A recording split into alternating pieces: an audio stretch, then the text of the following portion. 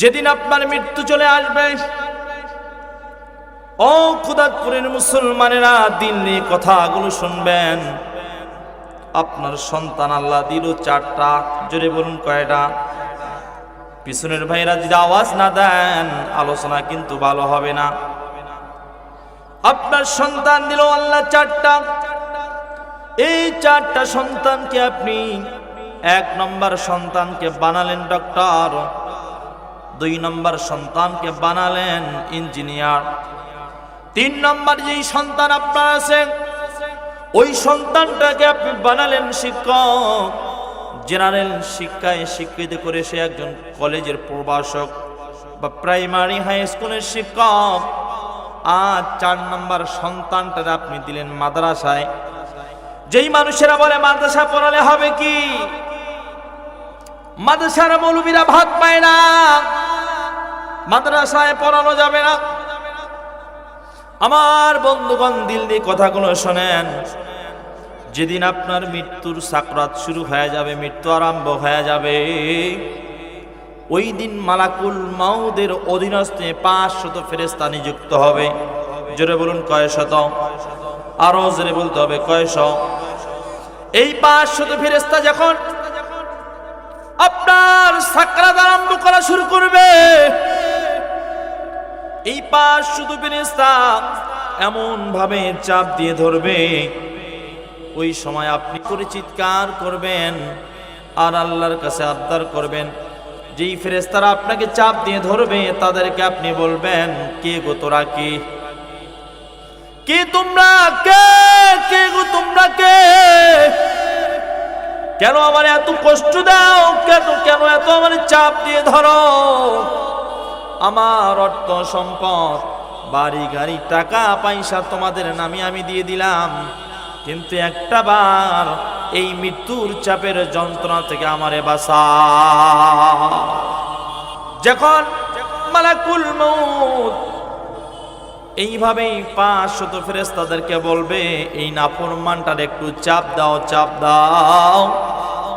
আমার বন্ধু, যখন মৃত্যু ঘনিয়ে আসবে আর অর্থ সম্পদ, টাকা পয়সা, বাড়ি গাড়ি সব কিছু তাকে দিয়ে দিতে যাবেন, আপনি বলবেন, ও কে গো কে? আমার অর্থ সম্পদ, বাড়ি গাড়ি, টাকা পয়সা অর্ধেক করে তোমাদের নামে লিখে দিলাম, তোমরা নিয়ে যাও আর আমার একটু চাপটা কমায় দাও। তারপরেও কথা শোনা হবে না। এরপর বলবে, সব কিছু নিয়ে যাও, আমার অর্থ সম্পদ যা আছে সব তোমাদের নামে লিখে দিলাম। ফেরেশতাদের জমির দরকার আছে, টাকার দরকার আছে, বাড়ির দরকার আছে, কোনো কিছুর দরকার নাই। ফেরেশতারা যার হুকুমে চলে তিনি কে? ও মুসলমানেরা, ফেরেশতারা কথা শুনবে না। ও ভাইরা আমার, ওই দিন দেখেন কোন সন্তান আপনার কাজে লাগে, কোন সন্তানটা আপনার কাজে লাগে। আহারে মুসলমান, মৃত্যুর সময় আপনার 4টা সন্তান বাড়ির দুয়ারে হাজির। আপনার বড় সন্তান ডাক্তার, মাথার চুলের গোড়া থেকে পায়ের তলা পর্যন্ত মানুষের ট্রিটমেন্ট দিয়ে থাকে। কথা বলেন না কেন? ডাক্তাররা মানুষের চিকিৎসা করে কি করে না? আমার ভাইরা, আপনার এই 4টা সন্তান যখন বাড়িতে আসবে, প্রথম সন্তান যারে আপনি অর্থ দিয়া, টাকা দিয়া, পয়সা দিয়া ডক্টর বানাইলেন, ওই সন্তানটারে আপনি যদি বলেন, বাবারে তোরে তো আমি ডক্টর বানাইলাম, তোরে তো আমি ইঞ্জিনিয়ার বানাইলাম, আর একটা ছেলের আপনি শিক্ষক বানাইলেন। প্রথম ছেলের আপনি জিজ্ঞাসা করুন, বাবা তুমি তো মানুষের দেহের রোগ নির্ণয় করে মানুষের রোগের চিকিৎসা দিয়ে থাকো, বাবা আজকে আমার মৃত্যুর যন্ত্রণা, সাকরাত আরম্ভ হয়েছে, কে জানি আমার চাপ দেয়, আমি আর এই চাপ সহ্য করতে পারি না। দেখুন আমার রোগের কি সমস্যা হয়েছে,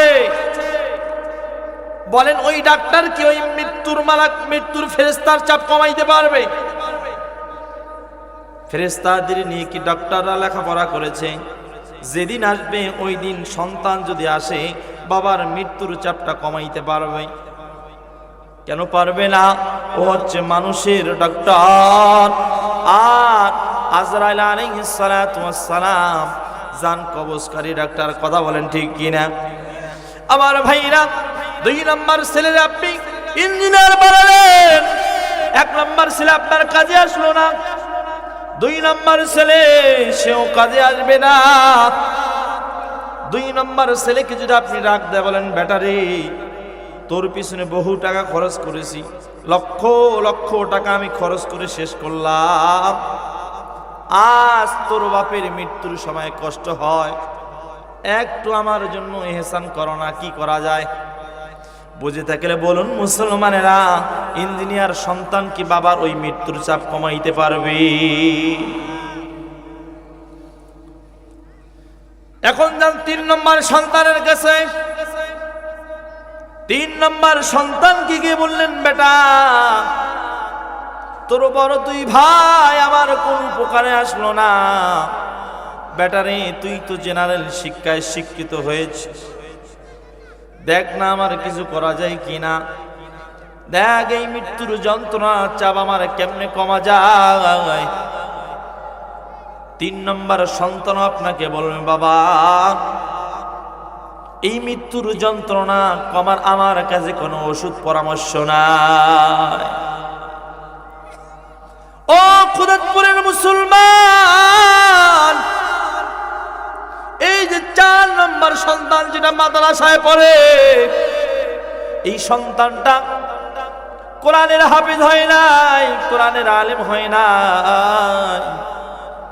সন্তানটা হুজুরের মুখে শুনেছে যে মৃত্যুর সময় কোন সন্তান যদি তার বাবার কাছে গিয়ে কোরআন তেলাওয়াত করে সূরা ইয়াসিন পড়ে, আল্লাহ পাক রব্বুল আলামিন ওই মৃত্যুটা ইহসান করে দেয়। সুবহানাল্লাহ। সন্তান আলেম হয় নাই, সন্তান হাফেজ হয় নাই, ছোট্ট ছোট বাচ্চা সূরা ইয়াসিন মুখস্থ পড়তে পারে। আহা কত সুন্দর! আল্লাহ পাক ওয়াদা করেছে, কোন সন্তান যদি বাবার সামনে মৃত্যু শয্যায় কোরআন তেলাওয়াত করে, আল্লাহ পাক রব্বুল আলামিন বলেন ওই বাবাটার মৃত্যুর যন্ত্রণা আমি আল্লাহ কোরআনের বরকতে কমায় দিই।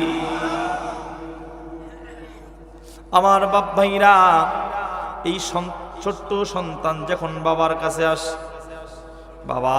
আসে, বাবারে তোর 3 ভাই কেউ আমার এই যন্ত্রণা কমাইতে পারে না, তোর বড় ভাই ডাক্তার সে কমাইতে পারলো না, এর বড় ভাই ইঞ্জিনিয়ার সে কমাইতে পারলো না, তারপর তোর আরেক ভাই শিক্ষক সেও আমার মৃত্যুর যন্ত্রণা কমাইতে পারে না। বেটা আর আমার সহ্য হয় না, ভালো লাগে না। ফেরেশতারা 500 ফেরেশতা সবাই যখন চাপ মেরে ধরে, আরে কত যে কষ্ট হবে। মুসলমান যেই দিন মৃত্যু আসবে ওই দিন বুঝে আসবে। এখন সুস্থ আছি বুঝতেছি না, মালাকুল মউত যেদিন আপনার আমার সামনে আসবে ওই দিন বুঝতে পারবো সাকরাত কি কষ্ট। এইবার ছোট্ট সন্তান যখন কোরআনুল কারীমটা হাতে নিয়ে তিলাওয়াত করা শুরু করে দিবে, বিসমিল্লাহির রহমানির রহিম,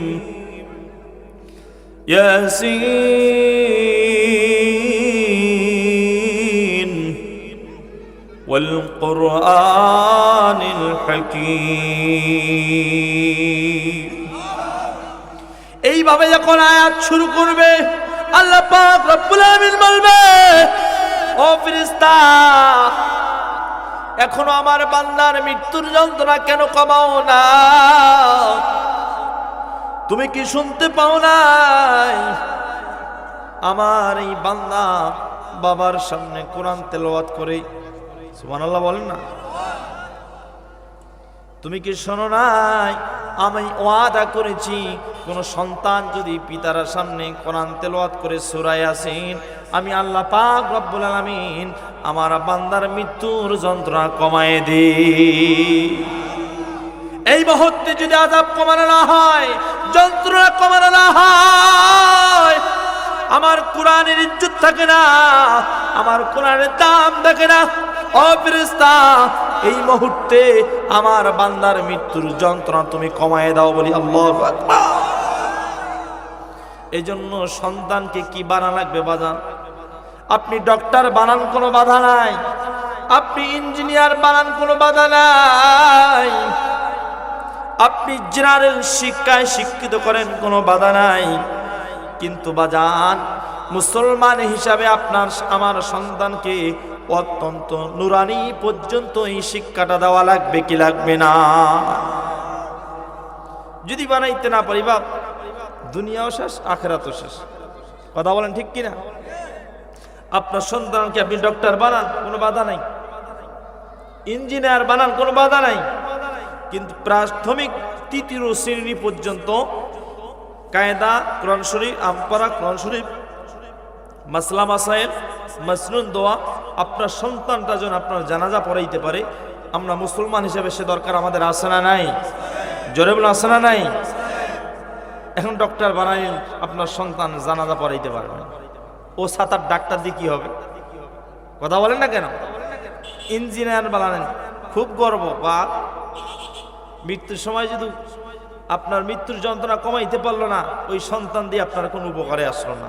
আর যেই সন্তানটাকে আপনি অবহেলা করে মাদ্রাসায় দিয়েছেন, ওই অবহেলিত সন্তান মৃত্যুর সময় আপনার কেবলমাত্র আপনার মৃত্যুর যন্ত্রণা কমাইতে পারে, আর কেউ পারবে না। এজন্যই নিয়াত করা যায় না ভাই, আমাদের যাদের সন্তান আছে, আমাদের যাদের ছোট নাতি আছে, মেয়ে আছে, এই আব্দুর রহমান ভাইয়ের মাদ্রাসায় দেওয়া যায় না ইনশাআল্লাহ? বলি ইনশাআল্লাহ। সবাই সহযোগিতা করবেন। আমাদের ওখানে দীর্ঘদিন ছিল, আমাদের নীলফামারীতে দীর্ঘদিন ছিল, ওনাকে এলাকার মানুষ আসতে দেয় না।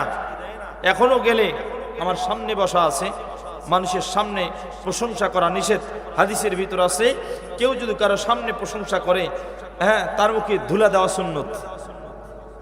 কি দেওয়া সুন্নত?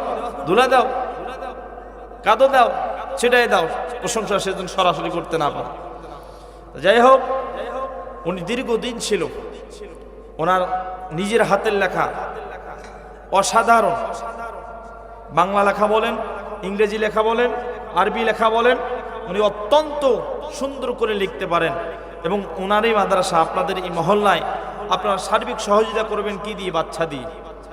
আপনার সন্তানটাকে আপনি ডক্টর বানান, বললাম না, বানান, কিন্তু প্রাথমিক শিক্ষাটা দিতে হবে নুরানি পর্যন্ত। কথা বলেন ঠিক কিনা?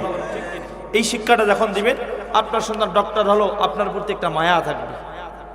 আপনার সন্তান ইঞ্জিনিয়ার হলো, এ ভাই আপনাকে আলাদা করে খাবে না, আপনাকে নিয়েই খাবে। আপনার সন্তান জেনারেল শিক্ষক হলো, গাইবান্ধা শহরে যা শিক্ষকতা করতেছে, বউ বাচ্চা নিয়ে থাকতেছে, খাইতেছে, আপনার খোঁজ করতেছে না, এমনও সন্তান আছে না নাই? কথা বলেন। কিন্তু আপনার সন্তান যখন ইলমে দ্বীনের শিক্ষায় শিক্ষিত হবে, কসম করে বলতেছি বাপ, আপনার সন্তান আপনাকে কোনোদিন ক্ষুধার্ত অবস্থায় রাখবে না, কোনোদিন তীক্ষ্ণ দৃষ্টিতে তাকাবে না, কোনোদিন আপনাকে গালিগালাজ করবে না, কোনোদিন আপনাকে অভাব বুঝতে দিবে না। সে যদি অভাবও থাকে, মা বাবাকে শ্রদ্ধা সম্মানের পাত্র জায়গায় রাখবে। কথা বলেন ঠিক কিনা? রহরহ প্রমাণ আছে। চাবেন কয়টা? দিব। জেনারেল শিক্ষিত ফ্ল্যাট পাশা নিয়ে আছে, কিন্তু 1 কেজি চাউল কিনে দেওয়ার মতো ক্ষমতা রাখে না নাকি? বাবা চাষটালের দোকানে ঘুরে ঘুরে বাকি খায় আর সন্তানকে দেখায়, সন্তান বাড়িতে আসে, জিজ্ঞাসা করে, তুমি আবার ঘুরে ফিরে বেড়াও, খাওয়ার টাইম পাও না, শুধু চা খায় বেড়াও, এত টাকা কেমনে দেব? বহুত প্রমাণ আছে। যাই হোক, আমার একটাই আবদার, এই সন্তানকে যেটাই শিক্ষা গ্রহণ দেন না কেন, মাদ্রাসা শিক্ষায় শিক্ষিত করবেন, এরপরে আপনার যেখানে মন সেখানে দিবেন। ওই সন্তান কোনোদিন ইসলামের বিপরীত চলবে না, ওই সন্তান কোনোদিন পথভ্রষ্ট হবে না, ওই সন্তান একটা সুশিক্ষিত সন্তান তৈরি হবে। এই জন্য আসুন বাজান আমার, আমি যে আয়াতে কারিমা আপনাদের খেদমতের উদ্দেশ্যে তেলাওয়াত করেছি, এই আয়াতের ভিতর আল্লাহ তাআলা এই দুনিয়াতে আমরা যারা আছি, দুনিয়ার পার্থিব জীবন বিক্রি যারা করবে, তাদেরকে আল্লাহ পাক রব্বুল আলামিন তাদেরকে জান্নাত নসিব করবেন এবং মহা পুরস্কার দিবেন। আমরা আছি দুনিয়ামুখী, হুব্বুদ দুনিয়া রাসি কুল্লি খতিয়া, দুনিয়ার মোহাব্বত সমস্ত গুনাহের মূল। এবার আজ আছি, কাল আছি, ছিলাম না আছি, থাকবো না, কথা সত্য না মিথ্যা? আজ আছি, একটু পরে থাকবো কিনার কোনো নিশ্চয়তা গ্যারান্টি দিতে পারবো? পুরো কেউ বলতে পারবো না যে হুজুর এখান থেকে বাড়িতে যাব, এখান থেকে কালকে অমুক জায়গায় যাব, কেউ বলতে পারবো না। যদি এই মৃত্যুটা একবারে গোপন করে আল্লাহ তাআলা রাখছেন, কে কার আগে কখন দুনিয়া থেকে বিদায় নিয়ে চলে যাবে কেউ বলতে পারবো না। তো কোরআন সুন্নাহ মোতাবেক যদি আপনার আমার জীবন গঠন না হয়, এই জীবনের 4 পয়সার দাম আল্লাহ পাকের কাছে থাকবে। এজন্য আল্লাহ পাক রব্বুল আলামিন বলেন, فَلْيُقَاتِلْ فِي سَبِيلِ اللَّهِ الَّذِينَ يَشْرُونَ الْحَيَاةَ الدُّنْيَا بِالْآخِرَةِ। সুতরাং যারা আখিরাতের বিনিময়ে পার্থিব জীবন বিক্রি করে, তারা আল্লাহর পথে যুদ্ধ করো, এবং কেহ আল্লাহর পথে যুদ্ধ করিলে সে নিতে হলে وَمَن يُقَاتِلْ فِي سَبِيلِ اللَّهِ فَيُقَاتَلْ। আল্লাহ বলেন আল্লাহর পথে যুদ্ধ করুক, আল্লাহর ঘোষণা। এরপর আল্লাহ বলেন যদি কেউ আল্লাহর পথে যুদ্ধ করে, যুদ্ধ করার পর যদি সে নিহত হয় অথবা জীবিত হয়, উভয়কে আল্লাহ পাক রব্বুল আলামিন কঠিন কিয়ামতে পুরস্কৃত করবেন, বলি সুবহানাল্লাহ। আমরা মুসলমান এখন 2 ধরনের আছি, যারা বলেন কয় ধরনের? এক, মুসলমান কোরআনের পক্ষে আছি, আবার মুসলমান দাবিদার করে এরাও কোরআনের বিপক্ষে কথা বলেন, ঠিক কিনা? যদি আমার কথা বুঝে থাকেন, শুরুতেই বলছি কথার সাথে উত্তর দেওয়া চাই। যদি বুঝে থাকে উত্তরও দিবেন, না থাকলে চুপ করে থাকবেন, দিল দিয়ে কথাগুলো শুনবেন। এমন মুসলমান আমরা আছি, এমন লোক আমরা আছি, আবার কিছু লোক কোরআনকে মহাব্বত করি, এরাও মুসলমান। আবার কিছু লোক আছি কোরআনকে ভালোবাসি কিন্তু কোরআনের আইন চাই না, এরাও মুসলমান দাবিদার করে, কি করে না? আমার ভাইরা, মুসলমানদের যে কত দাম, মুসলমানদের যে কত দাম আপনি আমি বুঝতেছি না।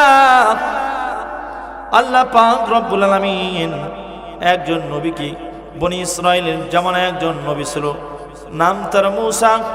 যারা বলুন কি? এই মূসা আলাইহিস সালামকে আল্লাহ তাআলা বলেছিল, মূসা তুমি কালিমার দাওয়াত দিবা, কেন এত ভয়, কেন এত ভয় করো? বলেন তো, মূসার এক ভাই ছিল, নাম তার কি? কেউ বলতে পারবেন? মূসার ভাই হারুন, মনে নেই? এই মূসার ভাই হারুন আলাইহিস সালাতু ওয়াস সালাম, মূসাও নবী, হারুনও নবী। মূসা নিজের একটু অহংকার বোধ করে না, কিন্তু আত্ম গৌরব নিয়া, মনের আনন্দ চিত্র নিয়া আল্লাহর কাছে গিয়ে আবদার করে, আল্লাহ এই যে আমি আপনার সাথে কথা বলি, এই কথা বলার নেয়ামত আপনি কি আর কাউকে দিবেন? আল্লাহ পাক রব্বুল আলামিন বলেন, ও মূসা শোনো, তুমি মূসা আমি আল্লাহর সাথে কথা বলো 4 শর্তের ভিত্তিতে। জোরে বলুন, কয় শর্ত? আরো জোরে, পিছনের ভাইরা। আল্লাহ পাক বলেন, ও মূসা তুমি আমি আল্লাহর সাথে কথা বলো 4 শর্তের ভিত্তিতে। 1 নম্বর শর্ত হলো, মূসা পৃথিবীর কোন জায়গায় তুমি আমার সাথে কথা বলতে পারবে না, তুর পারে আসতে হবে। আমার ভাইরা, 4টা শর্ত। 1 নম্বর হলো, ও পয়গম্বর মূসা উজু ছাড়া তুমি আমি আল্লাহর সাথে কথা বলতে পারবা না। 1 নম্বর শর্ত, আল্লাহর সাথে কথা বলতে গেলে উজু করা লাগবে। কি করা লাগবে বাপ? উজু করা লাগবে। 2 নম্বর আল্লাহ পাক রব্বুল আলামিন বলেন, ও পয়গম্বর শোনো, উজু থাকলেই তুমি কিন্তু আমি আল্লাহর সাথে কথা বলতে পারবা না। তোমার পায়ের যে পাদুকাগুলো আছে, ফাকলানা আলাইক ইন্নাকা বিল ওয়াদিল মুকদ্দাস তুয়া। মূসা তুর পাহাড়ে আসলে উজু থাকা অবস্থাও কিন্তু কথা বলা যাবে না, পায়ের জুতাগুলো খুলে তুর পাহাড়ে উঠতে হবে। এক নম্বর হলো তুর পাহাড়ে আসতে হবে, এরপর আসলেই কথা বলা যাবে না, ওযু করা লাগবে। 2 নম্বর চলে গেল। 3 নম্বর হলো যখন মুসা আলাইহিস সালাতু ওয়াস সালাম তুর পাহাড়ে উঠবে, পায়ের জুতাগুলো খোলা লাগবে। আল্লাহ পাক রব্বুল আলামিন এরপর বলেন, ও মুসা, তুমি তোমার কথা মতো ইচ্ছা মতো আমার সাথে কথা বলতে পারবা না। আমি আল্লাহ তাআলা যতটুকু সময়ে তোমাকে নির্ধারণ করে দেব, ওই সময়ের মধ্যে মুসা তোমাকে কথা বলা শেষ করা লাগবে। এরপরে আমার ভাইয়ের আল্লাহ পাক রব্বুল আলামিন বলেন, ও মুসা শোনো, আমি আল্লাহ তাআলা একজন নবী বানাবো দুনিয়াতে, যারা আমি বানাইছি পৃথিবীর শুরুতে, কিন্তু পাঠাবো সবার শেষে। ওই নবীর নাম হলো নবী মুহাম্মদুর রাসূলুল্লাহ। আর জোরে বলুন সাল্লাল্লাহু। ও পয়গম্বর মুসা শোনো শোনো, ওই নবী শুধু নবী মুহাম্মদুর রাসূলুল্লাহ নয়, তিনি হবেন আমার দোস্ত। আমার দোস্তের উপর আমি একটা কালামুল্লাহ নাজিল করব। আমার দোস্তের উপরে যেই কালাম আমি নাজিল করব, যেই কালামুল্লাহ নাজিল করব, ওই কালামুল্লাহ আমার দোস্তের উম্মতরা যদি পড়ে, ও মুসা শুনে না, আমার বান্দারা যখন কোরআন তেলাওয়াত করবে, তো আমি আল্লাহর সাথে কথা বলা হবে। শরীরটা যদি পাক থাকে, কোরআন তেলাওয়াত করা যাবে, বলি সুবহানাল্লাহ। শরীর যদি পাক থাকে, মুসলমান কোরআন তেলাওয়াত করা যায়। শরীর যদি নাপাক থাকে, কোরআন তেলাওয়াত করা যায়। কেমন করে ওযু করা লাগে, কেমন করে আপনি আল্লাহর সাথে কথা বলবেন। কুল লিল্লাহিল মাশরিক ওয়াল মাগরিব, যদি সকাল থেকে সন্ধ্যা পর্যন্ত আল্লাহর সাথে কথা বলেন, কেউ তোমারে বাধা দিবে না, বলি সুবহানাল্লাহ। আবার সন্ধ্যা থেকে ফজর পর্যন্ত কেউ যদি কোরআন তেলাওয়াত করে, কার সাথে কথা বলা হবে? চলবেন, এখানে আপনার আমার কোনো শর্ত নাই, বলি সুবহানাল্লাহ। এখন আসলে এই যে এত দাম বাড়াই দিল আল্লাহ, আমরা মুসলমান, আমাদের ভিতর ডিভাইডেড চলতে। একজন মুসলমান আর একজন মুসলমানকে আমরা দেখতে পারি না। আমরা কিছু মুসলমান সেজে গেছি দাড়ি টুপি, 5 ওয়াক্ত নামাজিওয়ালা, দাড়িওয়ালা, পাগড়িওয়ালা, জুব্বাওয়ালা। এই মুসলমানরা চায় কোরআনের আইন, আবার কিছু মুসলমান আছে এরা চায় না কোরআনের আইন। কথা বলেন ঠিক কিনা? আমার ভাইরা, মুসলমানদের কোরআন এক, মুসলমানদের নবী এক, মুসলমানদের আল্লাহ এক। যেই মুসলমানরা কোরআনের আইন চায় না, যেই মুসলমান রাসূলের তরিকা চায় না, তারে মুসলমান বলাও যায় না। কথা বলেন ঠিক কিনা? আমার বন্ধুগণ, যদি কোরআনের বিপক্ষে কোন মুসলমান কথা বলে, তারে মুসলমান বলা যায় না। আল্লাহ পাক রব্বুল আলামিন সুন্দর করে দিয়েছেন, মুসলমানদেরকে পরিষ্কার করে দিয়েছেন। কোন মুসলমান ইহুদি খ্রিস্টানদের সাথে সম্পর্ক রাখতে পারবে না, নাস্তিক মুরতাদদের সাথে সম্পর্ক রাখতে পারবে না, যদি যার ভিতর ঈমান থাকে। ইয়া আইয়ুহাল্লাযীনা আমানু লা তাত্তাখিযুল ইয়াহুদা ওয়ান নাসারা, যদি তোমার ভিতর ঈমান থাকে, আল্লাহ পাক রব্বুল আলামিন বলছেন, হে ঈমানওয়ালারা, তোমরা যারা ঈমান এনেছো, আমি তোমাদের সতর্ক করলাম। কি সতর্ক করলাম? লা তাত্তাখিদুল ইয়াহুদা ওয়ান নাসারা, পৃথিবীর সমস্ত মানুষদের সাথে বন্ধুত্ব করো, সম্পর্ক করো, কিন্তু খবরদার খবরদার ইহুদি নাসরাদের সাথে তোমরা সম্পর্ক করো না। কথা কার? আরো জোরে বলো, কথা কার? আল্লাহ যেখানে বলেন, ও ঈমানওয়ালারা, তোমরা যারা ঈমান এনেছো, তোমাদের যাদের ঈমান আছে খেয়াল করে শোনো, ইয়া আইয়ুহাল্লাযীনা আমানু, তোমরা যারা ঈমানওয়ালা। এখানে মুসলমান আমার দিকে তাকান, আমরা ঈমান এনেছি কার উপর? জোরে বলুন, কার উপর? আমরা ঈমান আনলাম আল্লাহর উপর। এই জমির আইন চলবে কার? কোন দলীয় আইন, কোন নেতার আইন? এ ভাই কথা বলেন না কেন? এখনো যদি ওই আগের জামানার মতো চুপ করে বসে থাকেন বা বুঝে নেব এখনো ওই দলীয় লোক এই এলাকায় আছে, কথা বলেন না কেন? আরে কথা বলে। মুসলমানদের গর্জন হবে সিংহের মতো। এরা কখনো কাপুরুষের ন্যায় বসে থাকতে পারে না। আপনারা যে বলতেছেন আমি কিভাবে বলবো, এর চেয়ে মহিলাদের আওয়াজও বেশি আছে।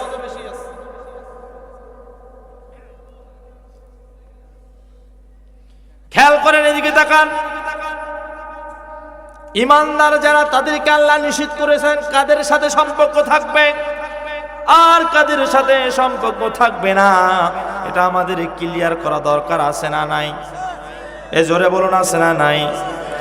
অখোদাতপুরের মুসলমান খেয়াল করে শোনেন, আপনার আমার যাদের ঈমান আছে, আল্লাহ পাক বলেন ইয়া আইয়ুহাল্লাযীনা আমানু লা তাত্তাখিযুল ইয়াহুদা ওয়ান নাসারা, হে ঈমানওয়ালারা, তোমাদের যাদের ঈমান আছে আমি আল্লাহ তাআলা তোমাদেরকে হুঁশিয়ার করে দিলাম, সতর্ক বার্তা জানাই দিলাম। পৃথিবীর সমস্ত মানুষদের সাথে তোমাদের সম্পর্ক থাকতে পারে, কিন্তু খবরদার লা তাত্তাখিযুল ইয়াহুদা ওয়ান নাসারা, পৃথিবীর সমস্ত মানুষদের সাথে তোমরা সম্পর্ক করো, কিন্তু ইহুদি নাসরাদের সাথে তোমরা সম্পর্ক করো না। এখন আপনি আমি কেমন মুসলমান খেয়াল করে শোনেন। একই সমাজে বসবাস করি, নামধারী মুসলমান, সুন্নতে খাতনাওয়ালা মুসলমান। আপনার বাবা মুসলমান, আমি মুসলমান, আমার 14 গোষ্ঠী মুসলমান। এই মুসলমানের পরিচয় দিয়ে কিন্তু আল্লাহর জান্নাতে যাওয়া যাবে না। আপনি মুসলমান, নামাজ পড়েন না, আছে না নাই? কথা বলেন। কিন্তু আল্লাহ পাক রব্বুল আলামিন বলেন, কোরআনের একটি আয়াত যদি কেউ অস্বীকার করে তারে কি মুসলমান বলা যাবে? জোরে বলুন, যাবে। আরো জোরে বলতে হবে, যাবে। আপনারা বলতেছেন যাবেন না, আমি বলি শোনেন।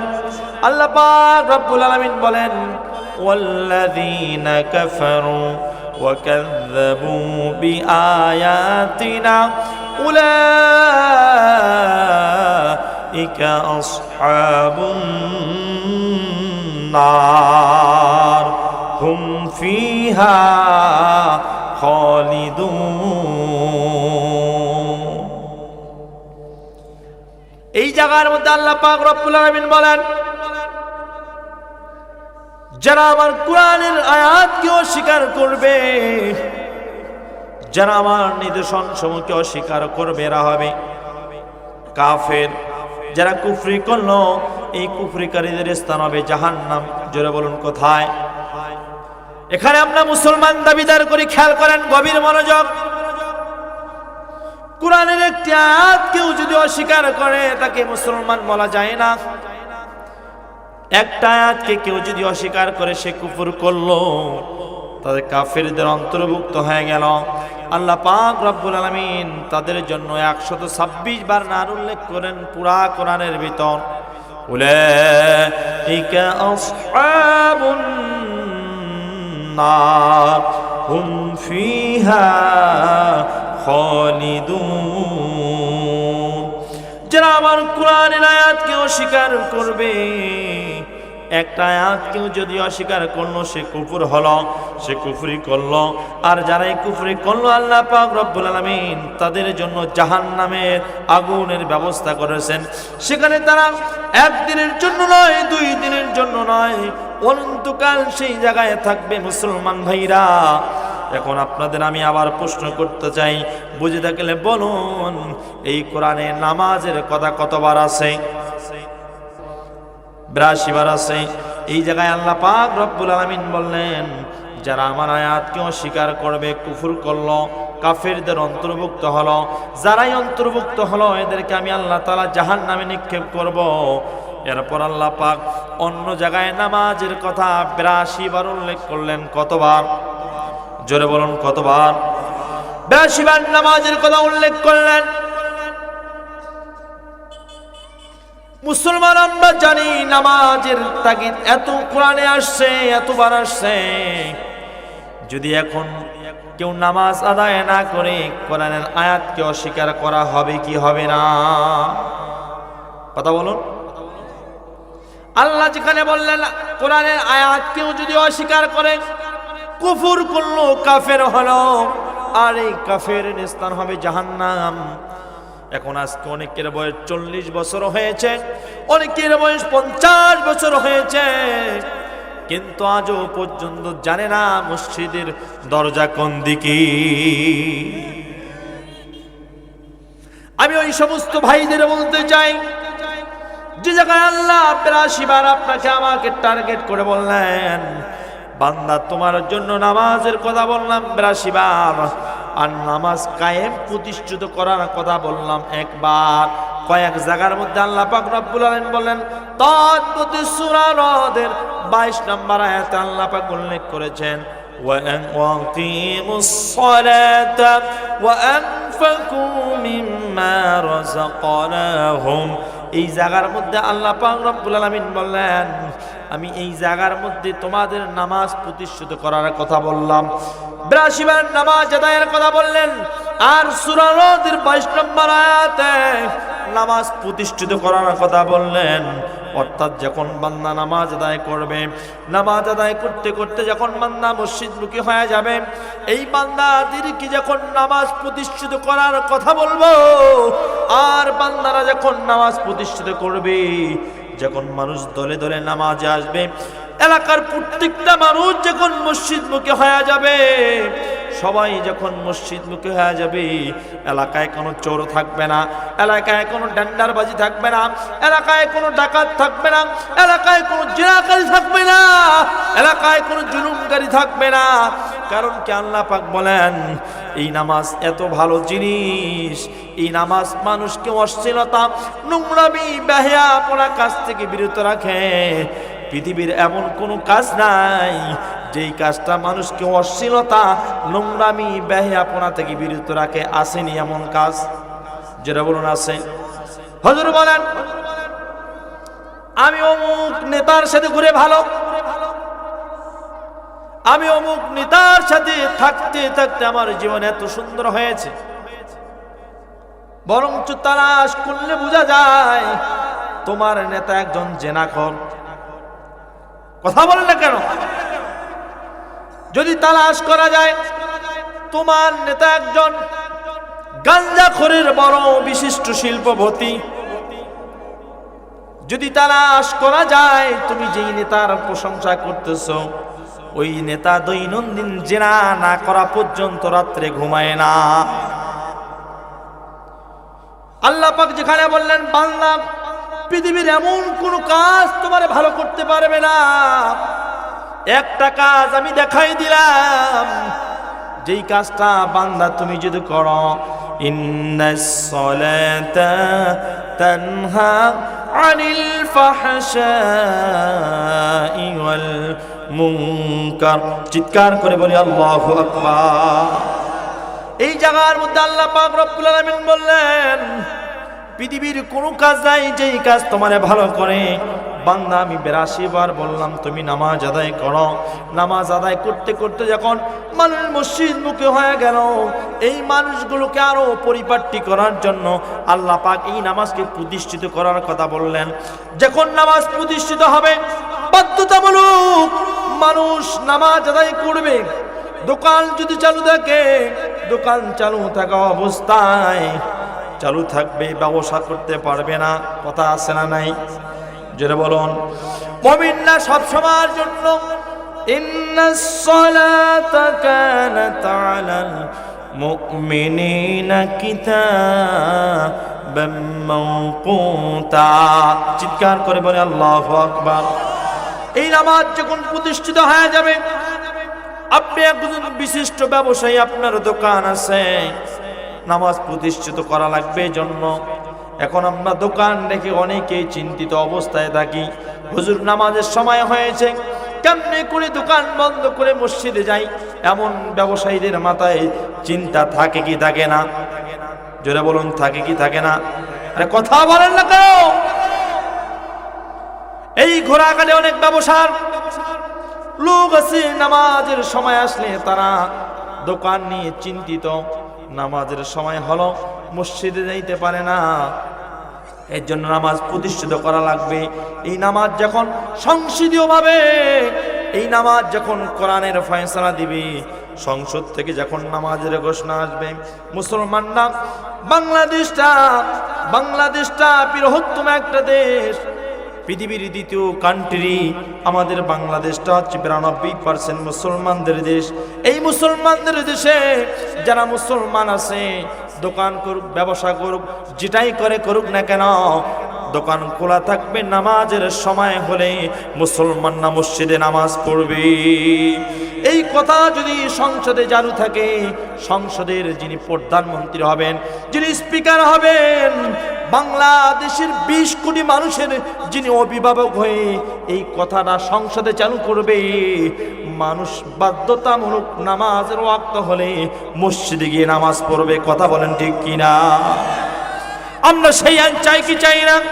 মুসলমানেরা যদি কেউ এই কোরআনের আইন চায় না, যদি কেউ বলে হুজুর আমি কোরআনের আইন চাই না, আমি মুজাহিদুল ইসলাম স্পষ্ট করে বলে দিতে চাই, যারা এই কোরআনের সাথে সম্পর্ক রাখতে চায় না, যারা কোরআনের সাথে সম্পর্ক রাখতে চায় না, যারা কোরআন দিয়ে দেশ পরিচালনা করার কথা বলে না, আল্লাহ পাক স্পষ্ট করে দিয়েছেন, ওয়ামাল্লাম ইয়াহকুম বিমা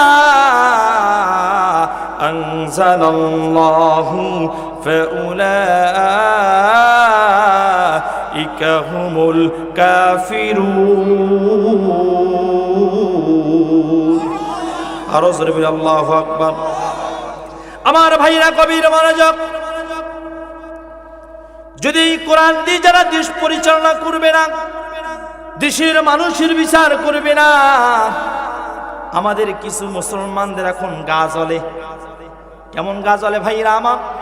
যাদের অ্যালার্জি আছে তারা বোঝে অ্যালার্জির মজা কত। কথা বলেন না কেন? যাদের শরীরে অ্যালার্জি আছে এরা বোঝে গাও চুলকাইতে কত মজা লাগে।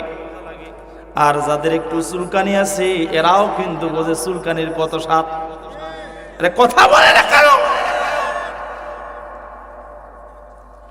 আমরা এমন মুসলমান আছি, এই যে শুরুতে বললাম কোরআনের আইন কেমন করে চাই, সূরা মায়েদার এই 45 নম্বর আয়াত বের করে দেখবেন, আল্লাহ পাক এদের নামে 3টা লকাব লাগায় দিয়েছেন। জোরে বলুন কয়টা? আরো জোরে বলুন কয়টা? ও ভাই, আপনিও মুসলমান, আমিও মুসলমান, আমি আল্লাহর কোরআনের আইন চাই, তুমি কেন চাবা না? আমি বুঝে নেব তুমি না চাওয়ার একটাই কারণ, এই কোরআন যদি সংসদে যায়, এই কোরআন যখন সংসদে যাবে কোনো ড্যান্ডারবাজি থাকবে না, কোনো চোর থাকবে না, কোনো ডাকাত থাকবে না। বাংলার জমিনে 56,000 বর্গ মাইলের অর্থ সম্পদ লুটপাট করে বিদেশের জমিনে মাটি বিদেশের জমিতে বাড়ি করতে পারবে না। এই জন্য কিছু মুসলমান, নামদারি মুসলমান, এরা কিন্তু এই কোরআনের আইন চায় না। কথা বলেন ঠিক কিনা? এখন আসুন, 3টা লকাব আল্লাহ দিল। কয়টা লকাব? আরে কথা বলো, কয়টা লকাব? 1 নম্বর লকাব আল্লাহ পাক রব্বুল আলামিন দিল। মুসলমানেরা গভীর মনোযোগ, 1 নম্বর আল্লাহ পাক নামের লকাব লাগাই দিল। যারা আমার এই কোরআন চায় না, কোরআনের সংবিধান চায় না, যারা কোরআনের আইন চায় না, সাধারণ মানুষের বিচার চায় না। সমাজে আমরা অনেক মেম্বারে দেখেছি, অনেক চেয়ারম্যান দেখেছি, একজন অসহায় গরিব মানুষ মেম্বারের কাছে বিচারের জন্য গিয়েছে, কিন্তু এই মেম্বার টাকা ছাড়া বিচার করে নাই। আছে না নাই? জোরে বলুন আছে না নাই? মেম্বার যখন বিচার করলো না, চলে গেল চেয়ারম্যানের কাছে। কারণ চেয়ারম্যানকে আপনি ভোট দিয়েছেন টাকার বিনিময়ে, তো মেম্বারকে ভোট দিয়েছিলেন আপনি টাকার বিনিময়, এই জন্য আপনি বিচার করবেন। আপনার ভোটটা কিনে নিল রাতারাতি 1000 টাকায়, 500 টাকায়। আর ওই মেম্বারের কাছে যখন আপনি বিচারের জন্য যাবেন, মনে থাকবে মাথায় ওই 500 টাকা, ওই 1000 টাকা দিয়ে যখন আপনার কাছ থেকে ভোটটা ক্রয় করেছে, আপনি এখন বিচারের জন্য যাবেন, ওই 5000 টাকা দিলেও কিন্তু মেম্বার আপনার বিচার করবে না। আছে না নাই বলেন? এই জন্য আল্লাহ পাক রব্বুল আলামিন বলেন, বান্দা শোনো, আমি আল্লাহ তাআলা 3টা লকব লাগাই দিলাম।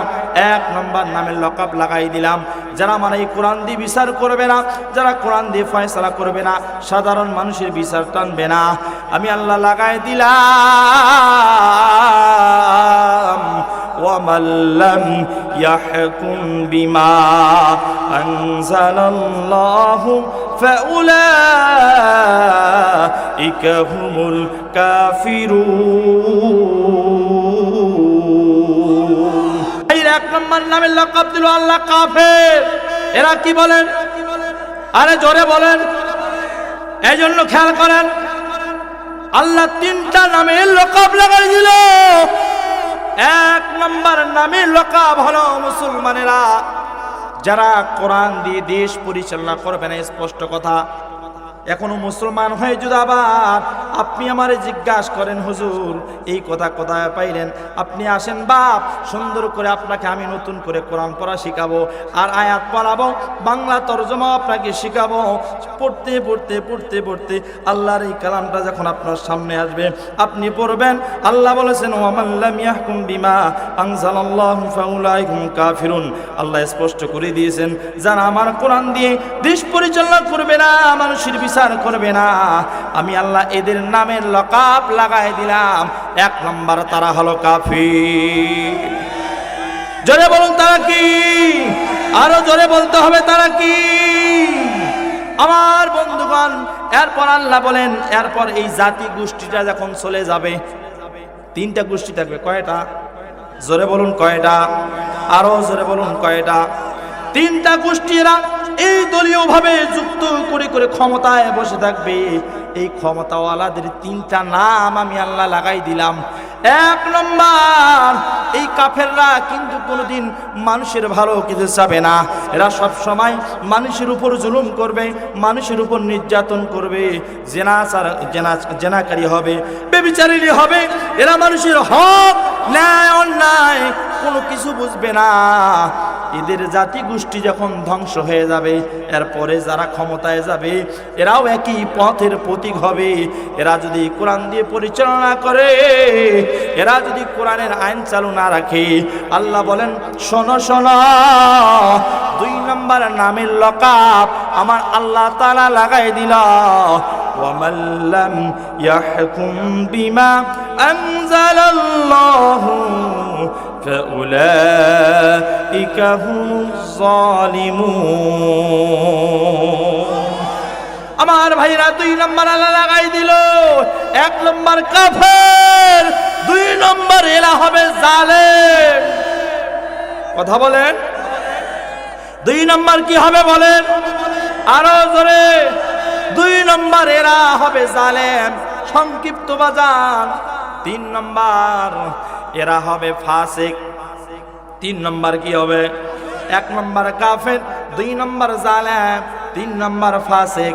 এই 3 জনকার স্থান কিন্তু বাজান জাহান্নাম।